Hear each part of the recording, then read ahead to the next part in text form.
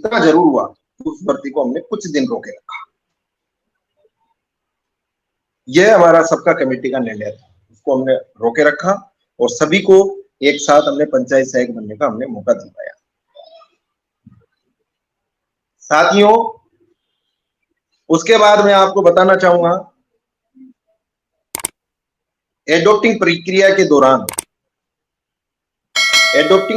के दौरान हमारे औरेज साथियों को शीतलन सूची में डाल दिया और पूरे प्रदेश से लगभग 4 से 5 हजार साथी हमारे शीतलन सूची में आ गए। ये हमारे लिए एक बड़ी समस्या थी। इसके लिए सभी प्रकार से संघर्ष हुआ, जिसने जैसा चाहा वैसा किया। हम किसी के भी संघर्ष के लिए ये नहीं कह सकते कि ये गलत हुआ, पर बाकी जहां भी हुआ। साथियों, संघर्ष करना केवल इसी नहीं कहते कि हम रोड पर बैठ जाए। संघर्ष करने के लिए एक उचित रणनीति, एक नीति, ये सब आवश्यक होती है। बिना रणनीति के, बिना नीति के किसी भी प्रकार से हम किसी भी प्रकार से कोई आंदोलन को नहीं कर सकते। आनन फानन में बीकानेर में कार्यक्रम चले, साथियों ने मेहनत भी की, उन साथियों को धन्यवाद भी देना चाहिए, क्योंकि वहां पर कोई व्यक्ति विशेष का संघर्ष नहीं होता। साथियों, संघर्ष होता है बैनर का, और बैनर के नीचे कोई बड़ा और छोटा नहीं होता। हमारा बैनर लगा, जिन साथियों ने संघर्ष किया वो सब धन्यवाद के पात्र है, लेकिन उसमें थोड़ी त्रुटि रह गई साथियों। जिस दिन हमारा वहां से प्रपोजल बन के तैयार हो गया, उस दिन हमें वहां से आ जाना चाहिए था। और उसके बाद यदि हम मेहनत सभी मिलकर सचिवालय में करते, और ये मैंने सुझाव भी दिया था उस समय, वहां पर जो भी लोग बैठे थे, ये मैंने सुझाव भी दिया था। शायद वो सुझाव मानने योग्य नहीं रहा और किसी ने माना नहीं, और उसके बाद काम वही सचिवालय से होना था। सचिवालय में लगातार आपके संघ संघर्ष के साथी लगातार अधिकारियों से मुलाकात का दौर, मंत्रियों से मुलाकात का दौर लगातार जारी रहा। आपको एक बात बता देना चाहता हूं साथियों कि यदि हम उसको उसी समय अगर वहां से ड्रॉप आउट करके अगर उठकर आ जाते, तो हमें मुझे नहीं लगता कि हमें ये 15-20 दिन और जो पीछे की हमने जो मेहनत की है ये करने की आवश्यकता होती, क्योंकि एक प्रस्ताव पहले से ही सचिवालय में शीतलन के लिए दौड़ रहा था, और वह साथी अगर उसी प्रस्ताव को लेकर अगर पीछे पड़ते तो वो आदेश मुझे लगता है कि 20 से 25 दिन पहले आराम से होता। खैर छोड़ो, हम उस मुद्दे पर नहीं जाना चाहेंगे। मुद्दा केवल इतना है, सरकार को शीतलन देनी थी, संतान में शीतलन देनी थी, लेकिन सरकार देखना चाह रही थी हमारे संघर्ष को। सब लोगों ने मिलकर दिखाया, इसके लिए सबका बहुत बहुत धन्यवाद। आज वो साथी हमारे साथियों, मेन मुद्दे की बात यह है, आज हम जब विद्यालय सहायक सभी लोग यहाँ पर बन चुके हैं, उसके बाद जो आज पंचायत शिक्षकों का जो मानदेय जो 16,900 किया, उसके बाद जो अनट्रेंडों की जो बात आ रही है, मैं पूरी बात इसी पर केंद्रित करना चाहूंगा। सभी अनट्रेंड साथियों से मैं कहना चाहूंगा, आप इस बात को विशेष तौर से ध्यान से सुनें और समझने की कोशिश करें। आज पूरे प्रदेश से ये बात उठ रही है, पूरे प्रदेश से ये मांग उठ रही है कि अनट्रेंड साथियों को भी 16,900 पर लेकर आओ, अनट्रेंड साथियों को ब्रिज कोर्स करवाओ, अनट्रेंड साथियों को 2400 पे ग्रेड पे लेके आओ, अनट्रेंड साथियों को 2800 पे ग्रेड पे लेके आओ। साथियों, पिछला जितना भी मैंने जो घटनाक्रम आपको सुनाया, वो केवल इसलिए सुनाया है कि ये जो सभी चीजें जो हुई है, ये तभी हुई है आपकी ताकत के दम पर, आपकी एकता के दम पर। आप संगठित होकर अगर आप लड़े तो निश्चित रूप से सब कुछ होगा, और आज भी वही स्थिति अपने सामने आ रही है। हम संगठित होकर यदि आगे बढ़ेंगे, निश्चित रूप से हम सफलता पाएंगे। मैं तो ये कहता हूं कि आज जो अनट्रेंड भाई मेरे से कह रहे हैं, बार बार फोन लगा कर कह रहे हैं, सैकड़ों हजारों फोन मेरे पास आए हैं, साथी मैसेज भी आए हैं कि कम से कम हमारा मानदेय 13,500 होना चाहिए था। साथ में एक बात मैं जरूर कहना चाहूंगा, आज जो राजस्थान सरकार ने जो एक खेल हमारे साथ खेला है, निश्चित रूप से ये मानता हूं कि जो 16,900 दिया उसके लिए तो हम धन्यवाद देना चाहेंगे, लेकिन ये बात भी किताबी उचित नहीं है कि हमारे अनट्रेंड साथियों के लिए आपने कुछ नहीं कहा। साथियों, ये केवल एक ब्यूरोक्रेसी का एक षड्यंत्र है, इसको समझने की कोशिश करें। पहले भी ब्यूरोक्रेसी ने कई बार हमारे साथ ऐसा खेल खेला है और आज एक बार फिर ब्यूरोक्रेसी हमारे साथ ये खेल खेल रही है। साथियों, मैं आपको बताना चाहूंगा, ये एक ऐसा ब्यूरोक्रेसी का मकड़ जाल है जिसमें मुझे लगता है कि अब धीरे धीरे, पहले आम विद्यालय सहायक उलझ रहे थे, अब नेता भी उलझते हुए जा रहे हैं। कैसे? आप समझ सकते हो सरकार के पास अब कितना समय बचा है। यदि हम ब्रिज कोर्स की बात करते हैं तो ब्रिज कोर्स को आप समझो, ये कितनी लंबी प्रक्रिया में पूरा होगा। साथियों, यदि आपको लगता है ना कि 10,400 से हम संतुष्ट नहीं हैं, तो ये बात मैं भी कहता हूं कि हम भी 16,900 से संतुष्ट नहीं है और होना भी नहीं चाहिए। किसी भी साथी को इनसे संतुष्ट होना भी नहीं चाहिए, क्योंकि हमारी मांग ये जरूर थी कि योग्यता के आधार पर हमको आगे बढ़ाया जाए, लेकिन हमारा जो उद्देश्य था वह यह था कि हम सब नियमित हो, हमारा स्थायीकरण हो, सरकार हमें पे ग्रेड पे स्थायीकरण करे। साथियों, मैं कहना चाहूंगा, ये अभी भी देखो आप मैसेज आ रहे हैं ब्रिज कोर्स के लिए, मैं उन साथियों उन्हीं की आपके लिए बात कर रहा हूं। मैं कहना चाहूंगा साथियों, कुछ चीजें ऐसी होती है, कुछ बातें ऐसी होती हैं जिन पर कठोर निर्णय लेना पड़ता है। हो सकता है उनसे सहमत हो कि नहीं। आज जो भी साथी ब्रिज कोर्स की बात कर रहे हैं,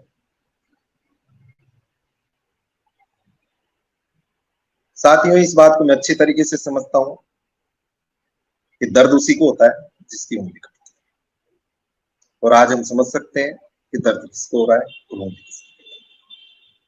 लेकिन साथियों, केवल भावनाओं के दम पर आगे नहीं बढ़ा जा सकता। जो सच है उसको सच कहना पड़ेगा। केवल भावनाओं के आधार पर हम संघर्ष को गर्त में लेकर नहीं जा सकते। साथियों, आज मैं बात करूंगा साथियों, सभी अनट्रेंड साथियों से कहना चाहूंगा कि आप ये ब्रिज कोर्स को छोड़ो। मैं आप सबसे कहना चाहूंगा, ब्रिज कोर्स को छोड़ दो आप, और 13,400 को भी छोड़ दो, जिसकी आप बात कर रहे हो कि हमें तो 13,400 चाहिए, 13,400 भी छोड़। साथियों, हम तो कम से कम बात करते हैं, कम से कम। जिस तरीके से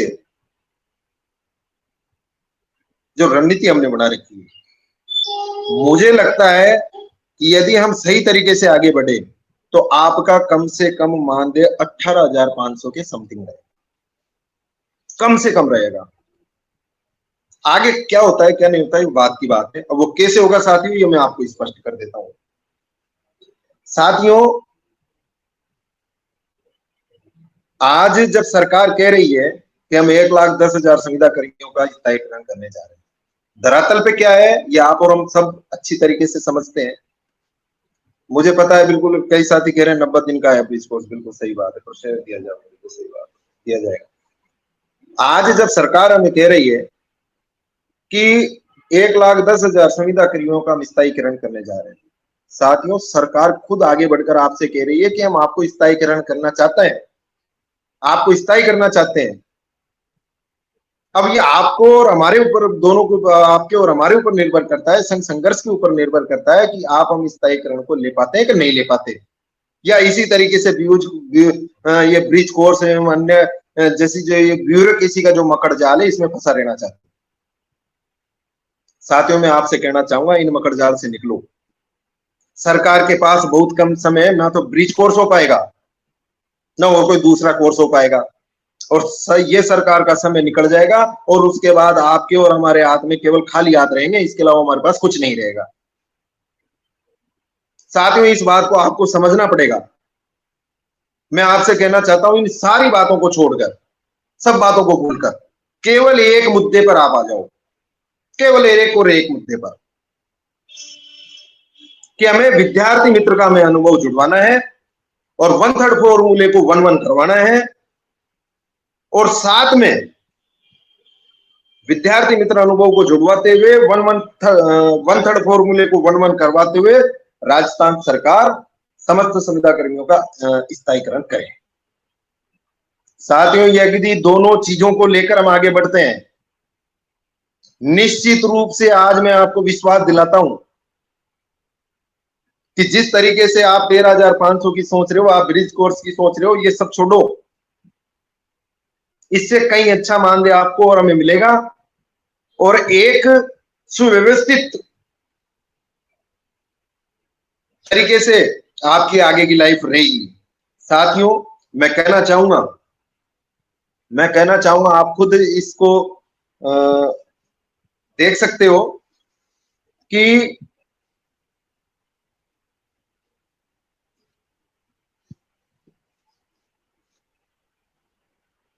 यदि मैं भी बात कर रहा था, वो थोड़ी देर पहले मैंने नोट भी कर रखा था, मेरे दिमाग से निकल गया था, मैं आपको बताने वाला हूं।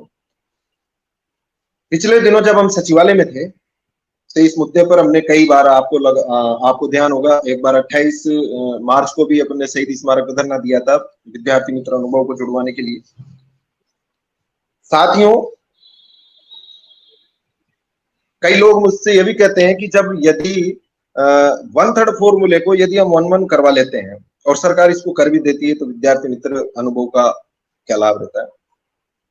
इसका बहुत लाभ है, ये हम आपको बताएंगे, आगे बताएंगे, अभी नहीं। अभी केवल इतना समझ लो कि विद्यार्थी मित्र अनुभव हमारी आन बान और शान है। इसको हम राजस्थान सरकार से हर सूरत में हम लेकर रहेंगे। साथ ही जो हमारे 1/3 का जो आईएएस का फॉर्मूला है, इसको 1-1 हमें करवाना है और हमें स्थायीकरण की दौड़ में आगे बढ़ना है।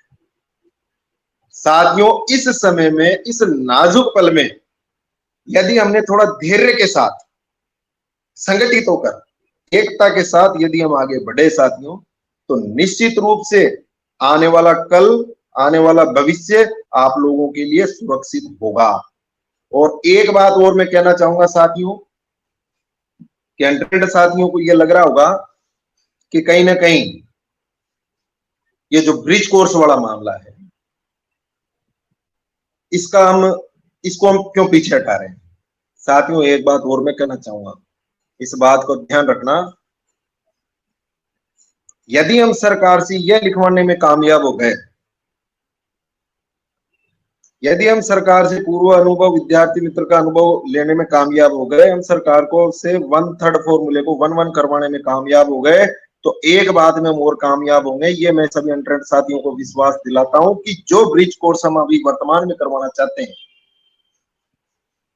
जो ब्रिज कोर्स हमें वर्तमान में करवाना चाहते हैं, उसी के बिहेव पर सरकार अपनी लाइनों में ये बात लिखे, अपने समझौते में ये बात लिखे कि भविष्य में यदि इस प्रकार से नियमितीकरण होता है, स्थायीकरण होता है, तो उसमें सभी 100 साथियों को पंचायत सहायक शिक्षक के समकक्ष लाने के लिए हम ब्रिज कि आपने सरकार से अपना स्थायीकरण भी ले लिया और आपने अपने जो हम ट्रेंड लोगों से जो पीछे रहेंगे तो उनके समकक्ष भी पहुंच जाएंगे, क्योंकि उस वक्त आपके हमारे पास।